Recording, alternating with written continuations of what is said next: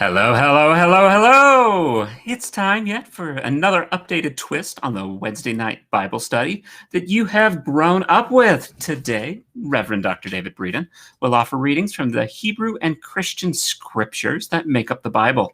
We'll cover some of the Christian basics and explore the Bible's themes, contradictions, and curiosities. Tonight, we have such a story for you. Samson and his great power. It is time to meet the man whose power was in his hair.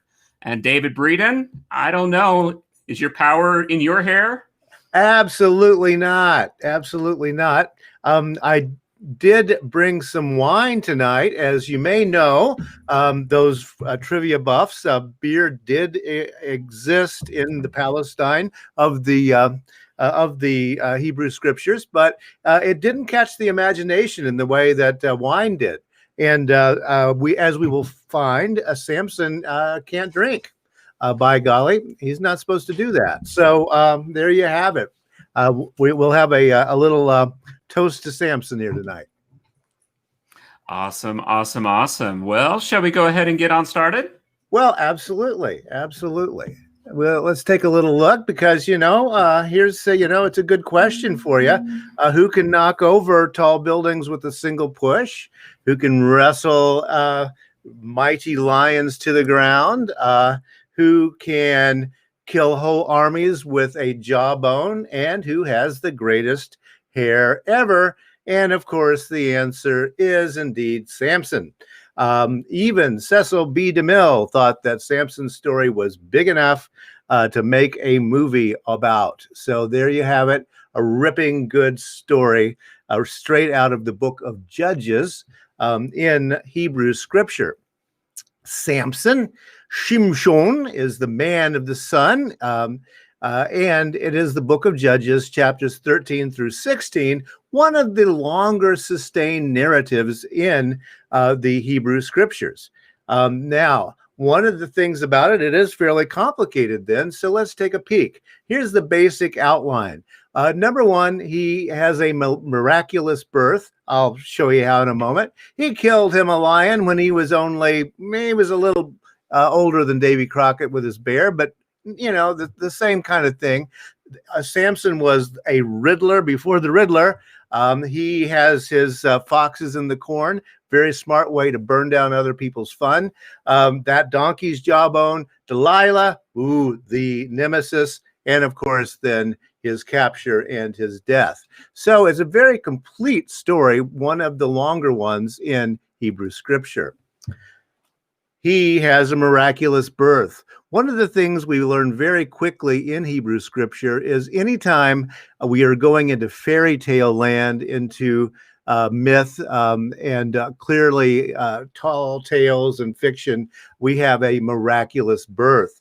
In this one, a certain man named Zora is told that he's going to have a son. If you can see the picture there, Dad and Mom are quite old. Mom is old and barren, as the saying was at the time, and so she can't have children. Well, guess what? She does, and that's the miracle of it. Interestingly enough, in patriarchal terms, we never learn Mom's name. It's all up to Dad. But there you go. And an angel comes down and tells this couple they are going to have a mighty child. So it all begins with a miraculous birth. In the book of Judges, as I mentioned last week, it's always this idea that they are being persecuted by the surrounding peoples. They disobey God and they are punished for that. And then along comes a judge to free them again.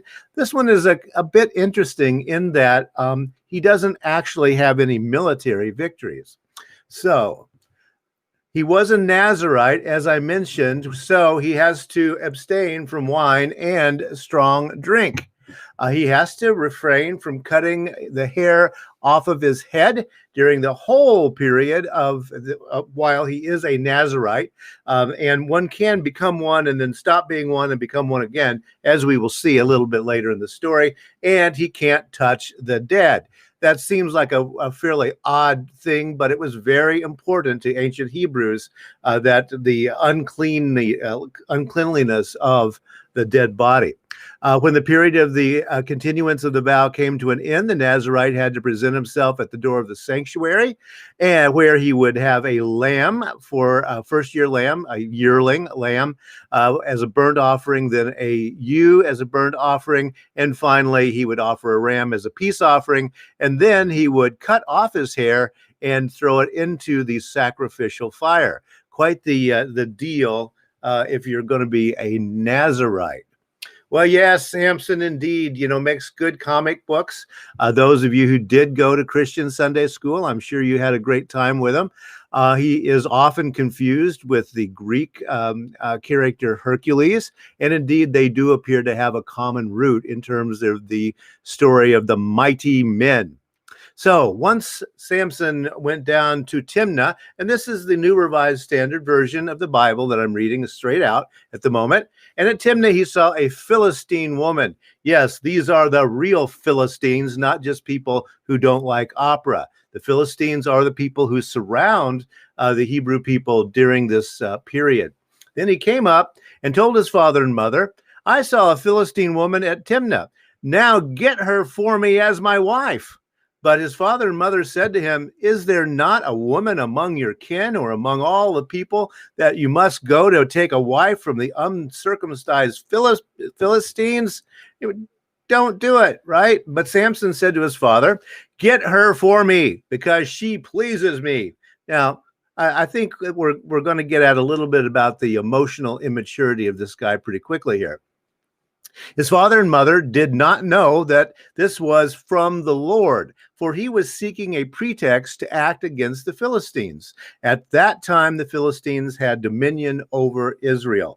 Little backstory that's going on in the text here.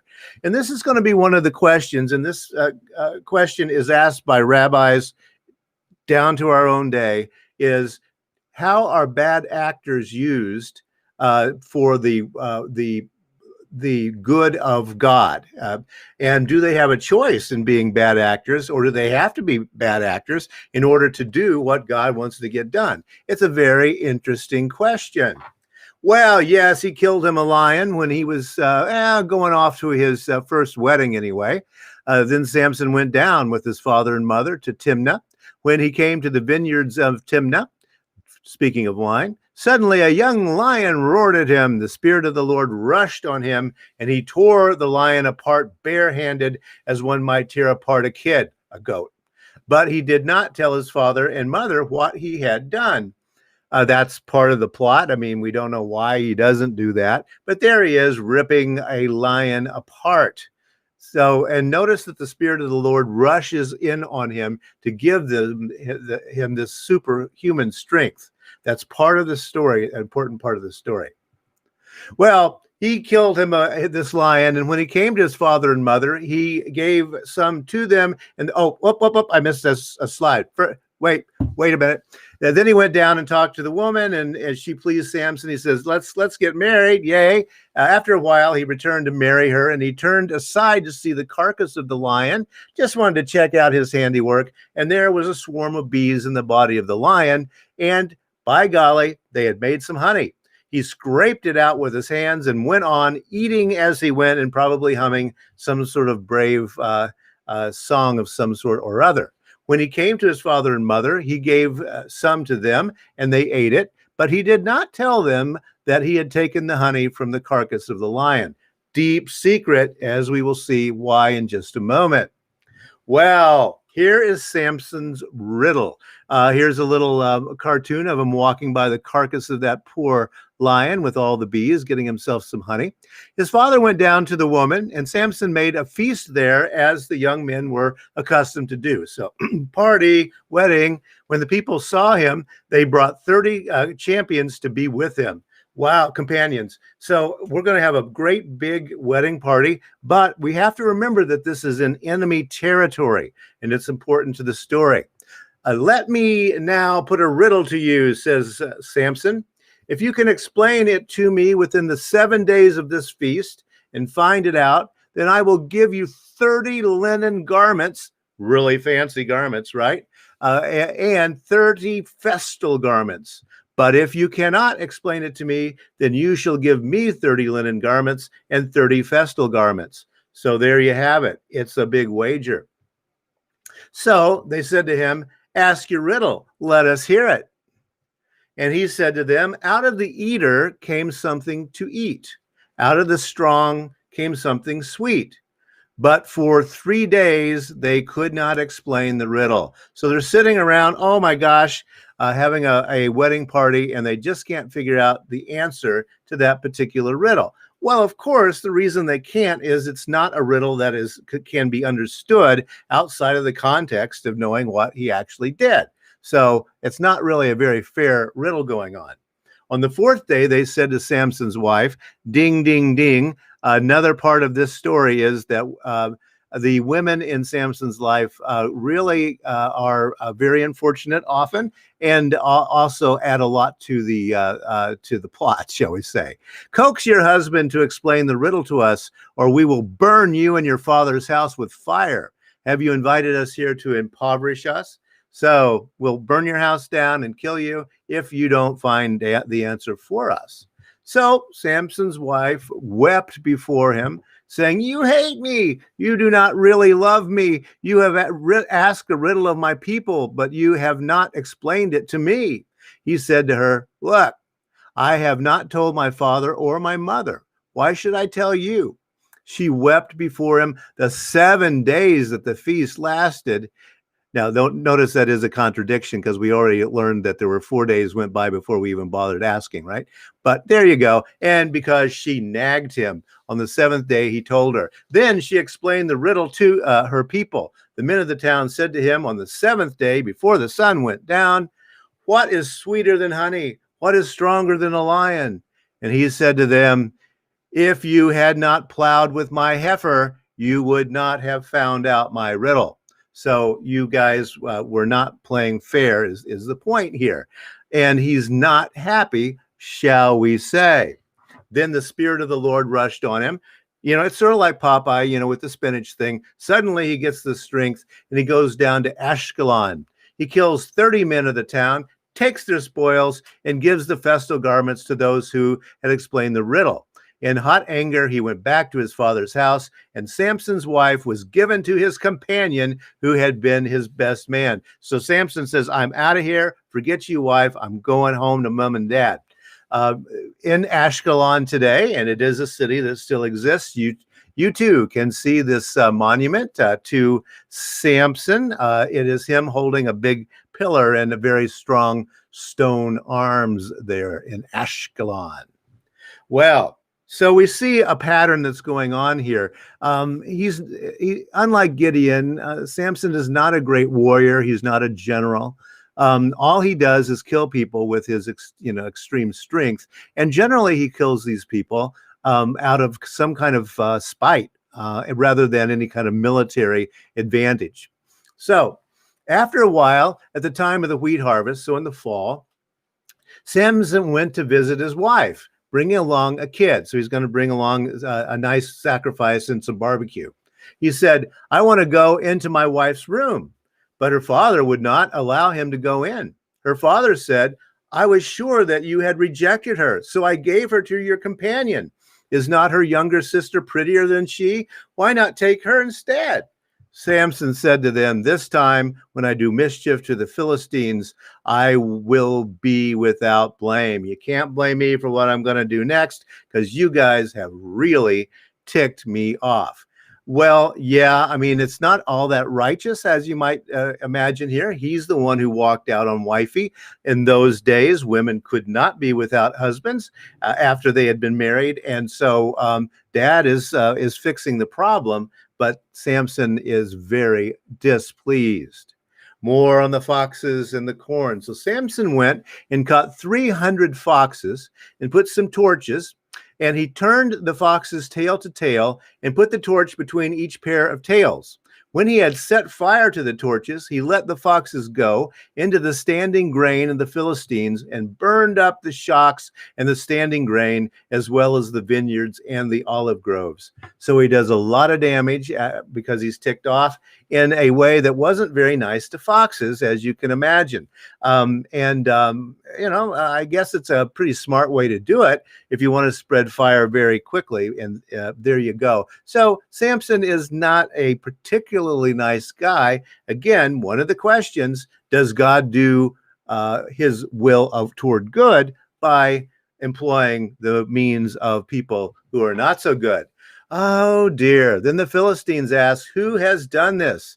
And they said, Samson, the son-in-law of the Timnite, because he has taken Samson's wife and given her to his companion.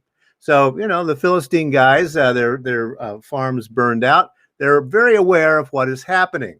So the Philistines came up and burned her and her father. Oh man, they'd already promised to do that before, and by golly, they do it this time. Samson said to them, if this is what you do, I swear I will not stop until I have taken revenge on you. He struck them down hip and thigh with great slaughter, and he went down and stayed in the cleft of the rock of Etam. Hip and thigh is apparently a kind of phrase used at that time, like, he beat him up really bad, appears to be what that was meaning. All right, so just to continue this story just a little bit, and then we'll try to get to some questions if you have some. When he came to Lehi, the Philistines came shouting to meet him. Rabble, rabble, rabble, right? Because they are really ticked at this guy at this point. The Spirit of the Lord rushed on, again, Popeye, da-da-da-da-da, so he's got his strength. And the ropes that were on his arms became like flax. Now, I should mention what happened here. I cut out a bit of the text, is that the Israelites know that he's a really bad actor, so they arrest themselves and take him to the Philistines. Say, dudes, we have arrested this guy, and he deserves whatever you do. Well, he breaks those ropes just like they are like flax, and his bonds melted off his hands. By golly, he just becomes electric man. Then he found a fresh jawbone of a donkey, reached down and took it, and with it he killed 1,000 men. And Samson said, with the jawbone of a donkey, heaps upon heaps, with the jawbone of a donkey, I have slain 1,000 men. And when he had finished speaking, he threw away the jawbone, and that place was called Ramath Lehi, the hill of the jawbone. And as I've mentioned before, one of the things that goes on in Hebrew scripture is the explanations for why these places have these particular place names.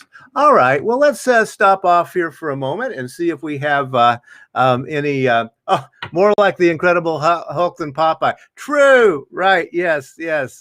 He does get green with envy here and suddenly becomes all kinds of strong, no doubt about it.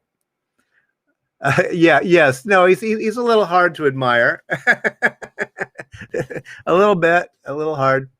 Yeah. So, asking David, you and I both grew up in a very Christian religious experience. Yep. How were you taught about Samson? So we understand what you read in the Bible there, but do you remember any of the fanciful Bible stories that you heard as a child? Oh, well, no, of course I believed this one. And I think, when I was a kid, it was one of my early confusions is how come this Hercules story is a myth? How come it's fake? And how come the almost identical story of Samson, how come it's true? And that was a little bit of cognitive dissonance for me, even when I was like 10 years old. How about you? Did you? Well, exactly. The feats were given by God. He was given the ability to do exactly what he did. He was disobedient to God, which was showing that God can use anyone, regardless of how evil of a person they are. Mm-hmm. Yep. Well, yeah, and that's one midrash. That's one way that rabbis have dealt with the question over the years, and I do think it's probably the one that Christians have used Again, like the Cyrus myth that we talked about, that God is mighty enough to use bad actors to gain good things.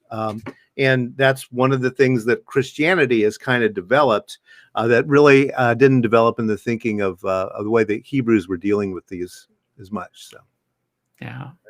Well, how about for the rest of you? How were you taught about Samson? What are your thoughts about the story? I'm sure there's some of you who are very secular who haven't had any experience with it, well, but I'm also sure that there's some that have been like me. Well, you might have seen Cecil B. DeMille. I mean, I don't remember which, what year that came out, but it's one of the early Technicolor extravaganzas from, I think, the 1950s. So, yeah. We do appear to be having some technical difficulties. I don't know quite what's up with that, but we hope you're able to stay on, everybody, and hang on there. Well, shall I go back to the story and kill off? Let's kill some more Philistines. Here we go.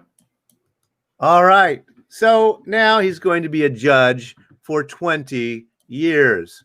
Now, what does a judge mean? As I mentioned last week, the judge is really it takes the place of a monarchy.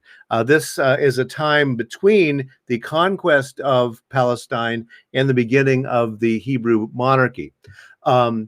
It was put in the book, where this was written down to be a placeholder and an explainer for how this had happened and then this happened. As we have discussed before, actually the conquest of Canaan did not occur as it is described to have been done in the book of Joshua. And so the book of Judges is therefore really very imaginative fiction for the most part. By then, and this is again from the New Revised Standard Version, by then he was very thirsty because, I mean, it's hard work killing 1,000 guys, so he's a little thirsty. And he called on the Lord saying, "You have granted this great victory by the hand of your servant. Am I now to die of thirst and fall into the hands of the uncircumcised?" Well, and notice that he is going to fall into the hands of the uncircumcised later in the story.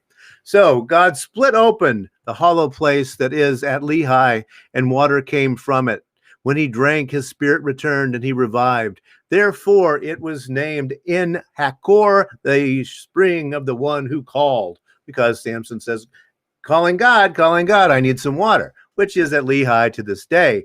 And he judged Israel in the days of the Philistines 20 years. And indeed, yep, that is the stream of Lehi, and it really is there today. That's the photograph. And carries off a city gate. So again, one of the things we're noticing here is that he does his works of God in some very odd circumstances. Once Samson went to Gaza, and Gaza is centrally important in this particular story, where he saw a prostitute and went to her. The Gazites were told, "Samson has come here." So they circled around and lay in wait for him all night at the city gate. They kept quiet all night, thinking, "Let us wait until the light of the morning, then we will kill him." But Samson lay only until midnight. Then at midnight he rose up, took hold of the doors of the city gate and the two posts, pulled them up, bar and all, put them on his shoulders, and carried them to the top of the hill that is in the front of Hebron. And there he is, picking up a whole city gate, this being, of course, one of the great architectural marvels of the time. So, the people who heard the original story, wow, that is really cool that guy was able to do that. Well, now let us get to the most famous part of the story, when he meets up with Delilah. One of the things we don't know, because the story doesn't tell us, is Delilah supposed to be Philistine? We don't know that. There's no way of knowing from the name. And that part of the story was, for some reason, left out or not considered to be important, even though she is a central force within the plot of the story. So let's look at this story about Delilah. After this, he fell in love with a woman in the valley of Sorek, whose name was Delilah. The lords of the Philistines came to her. By the way, the lords of the Philistines is a very specific thing. which they would have known about in this time when they were writing it down. The Philistines were ruled by 5 lords in a kind of cabinet kind of government situation. So there are 5 of these guys, and they come and they're each going to offer her some cash. The lords of the Philistines came to her and said to her, "Coax him and find out what makes his strength so great, and how we may overpower him, so that we may bind him in order to subdue him. And he will, and we will each give you 1,100 pieces of silver." Well, remember, hey, Judas only gets 12, right? But so here we go. This is a lot of money, five times 1,100. So maybe Delilah is just in it for the cash. Anyway, so Delilah said to Samson, "Please tell me what makes your strength so great, and how you could be bound so that one would could subdue you." Now, I think, most of us would say, I'm really not going to tell you that. It doesn't seem like a really good idea. Well, Samson instead decides to do a very folktale-y kind of thing. He's going to fool her. So Samson said to her, "If they bind me with 7 fresh bowstrings," that would be a new bowstrings from bows and arrows, "that are not dried out, then I shall become weak and be like anyone else." Then the lords of the Philistines brought her 7 fresh bowstrings that had not dried out, and she bound him with them. While men were lying in wait in an inner chamber, she said to him, "The Philistines are upon you, Samson." But he snapped the bowstrings as a strand of fiber snaps when it touches the fire. So the secret of his strength was not known. After that, I think I would have figured out that Delilah is not exactly my friend, but does he? No, I don't think so. And again, that's part of the way we know this is a tall tale. It builds up in this kind of, this series of 3. There's 3s, there's 7s, and all of that everywhere. Then Delilah said to Samson, "You have mocked me and told me lies. Please tell me how you could be bound." Now, again, I'd say, "Delilah, I'm out of here. You seem a little bit dangerous to me." But no, he doesn't say that. He said to her, "If they bind me with new ropes that have not been used, then I shall become weak and be like anyone else." So Delilah took new ropes and bound him with them and said to him, "The Philistines are upon you, Samson." The men lying in wait were in an inner chamber, but he snapped the ropes off his arms like a thread. Second time. Then Delilah said to Samson, "Until now you have mocked me and told me lies. Tell me how you could be bound." Again, smarter guy would have said, "I think I'm probably in trouble here. I don't think I want to say any more." But not him. He says, "If you weave the 7 locks of my head with the web and make it tight with the pin, then I shall become weak and be like anyone else." This is a loom, loom that of the construction of the time. So if you weave my hair into a loom, I will not be able to do a darn thing. So while he slept, Delilah took the 7 locks of his head and wove them into the web and made them tight with the pin. Then she said to him, "The Philistines are upon you, Samson." But he awoke from his sleep and pulled away the pin and loom and the web. Third time. Uh-oh. Then she said to him, "How can you say I love you when your heart is not with me? You have mocked me 3 times now and have not told me what makes your strength so great." Finally, after she had nagged him, and this is the second appearance of the word nag. Remember the first wife who meets up with a grisly end. This is the second nagging that's reported in this. And yep, we're talking patriarchy. Remember, we don't even know the name of Samson's mom. That's how much women are not respected in this particular book. So she nags him with the words day after day and pestered him. He was tired to death.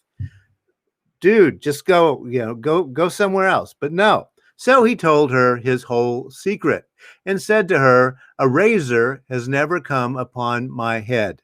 I have been a Nazarite to God from my mother's womb. If my head were shaved, then my strength would leave me. I would become weak and be like everyone else.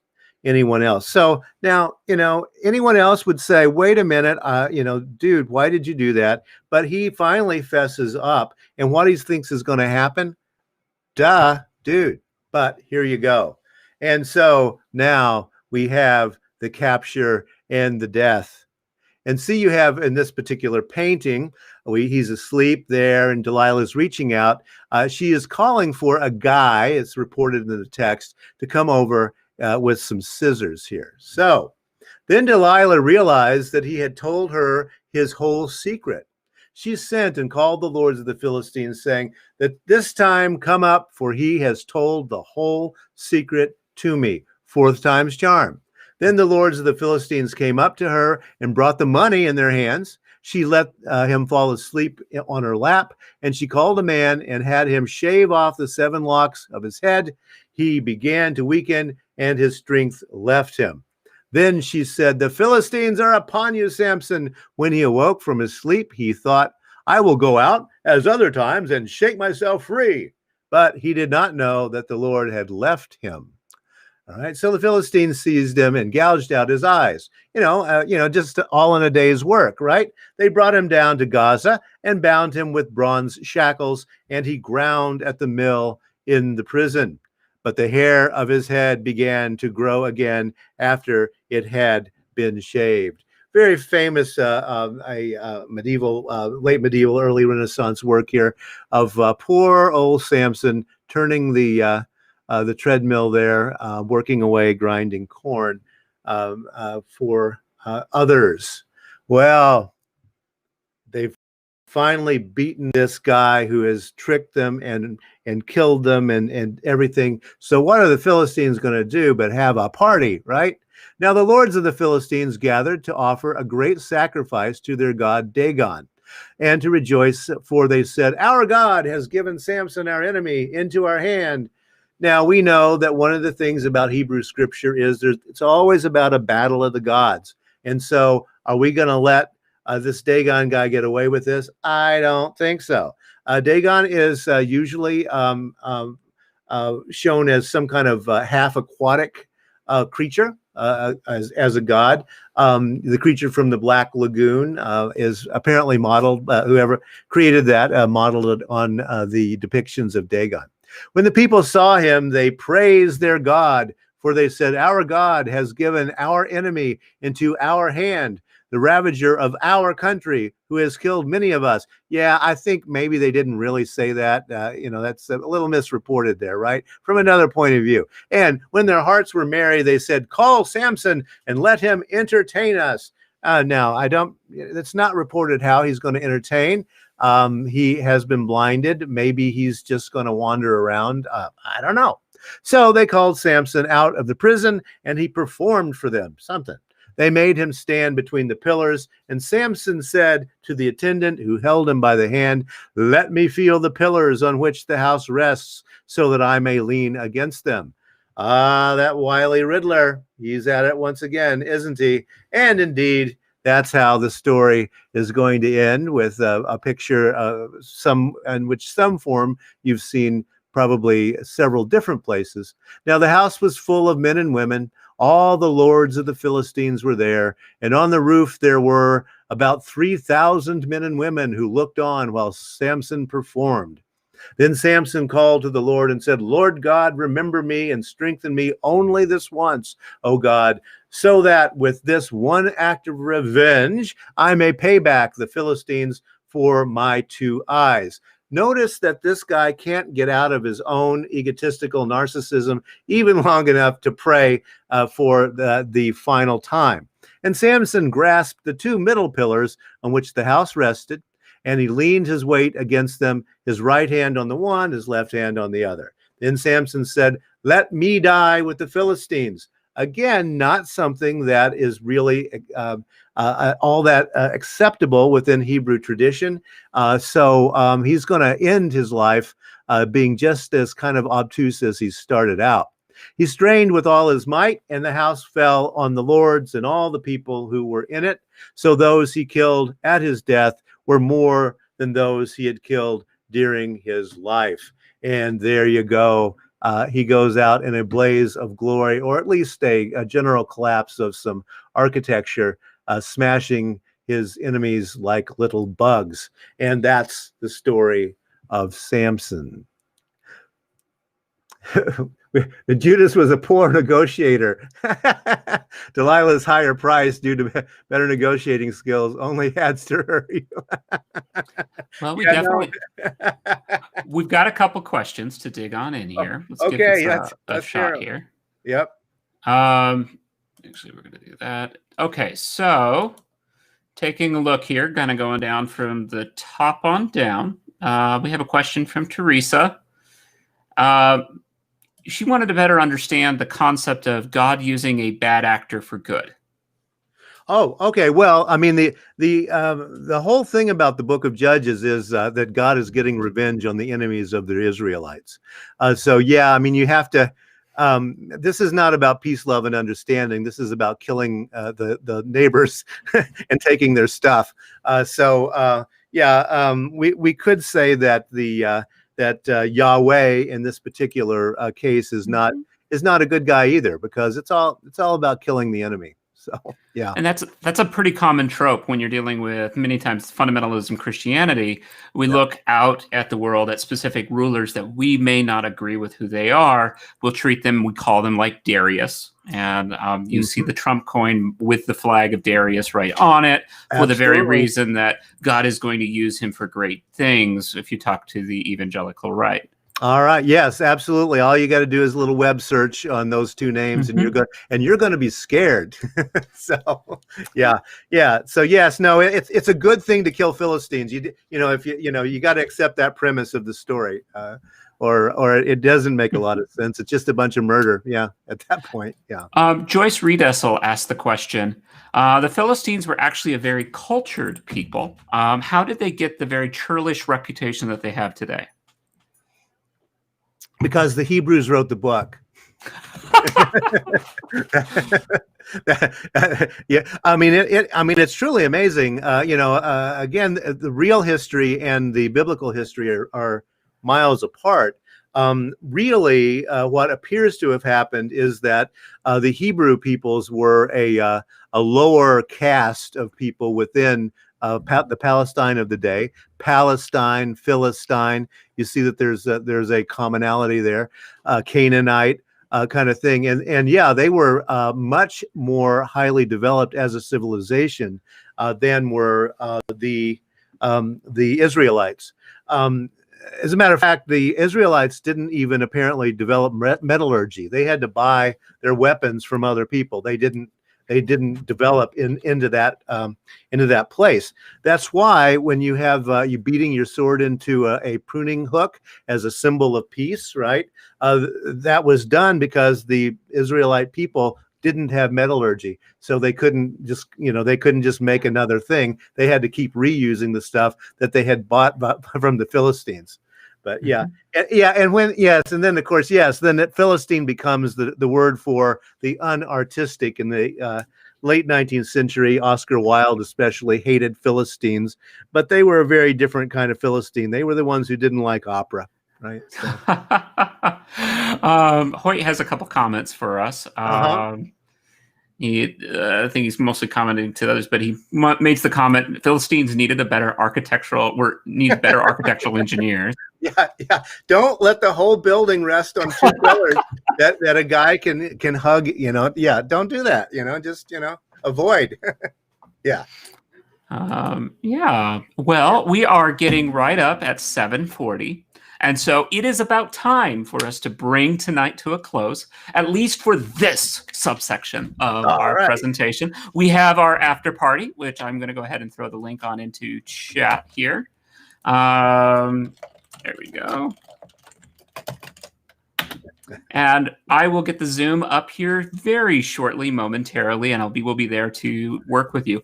While I work on getting everything set on up, David, next week, what do we have going on for Bibles and Beer? Oh, we're going to have the most fun judge of all, and that is Deborah. Yes, women will finally get their due and take over from the guys and do a considerably different kind of job against the Philistines. So we shall see how Lady Power will do that next week. So. Okay, and just so that everyone is aware, we have every morning, Monday through Friday, coffee and wisdom. David, tell us a little bit about what you're talking about tomorrow. Well, this week we have been talking about what has humanity learned from religion. Religion is one of the oldest things that people have been doing for all these years. I mean, what did we learn from it? Anything? Tomorrow I'm going to talk about the concept of how religions are used to get us to do things that are against our natural impulses. Thou shalt not kill, because, who doesn't like to kill, right? I mean, the idea here is and sloth, yes, it's a sin because, everyone wants to be a sloth, right? So how do religions develop the idea of being counter to basic human nature? So there you go. Good question. Thanks a lot. This will be great. And again, thank you so much for watching. Take a moment to hit that subscribe button below. Give it a like on the video. That helps us improve in the algorithm to get this message and content out to a much larger audience, which is, of course, quite important. Also, if you're looking for podcast forms of this feed, you can go on to any of your favorite podcast player, and you'll find it: iTunes, Google Podcast. We haven't gotten on Spotify yet, but I'm working on that. Hey. And it is about time to call it. So again, in signing off, thank you so much for joining us for Bibles and Beer, and have a wonderful, unholy night. All right. Thanks all.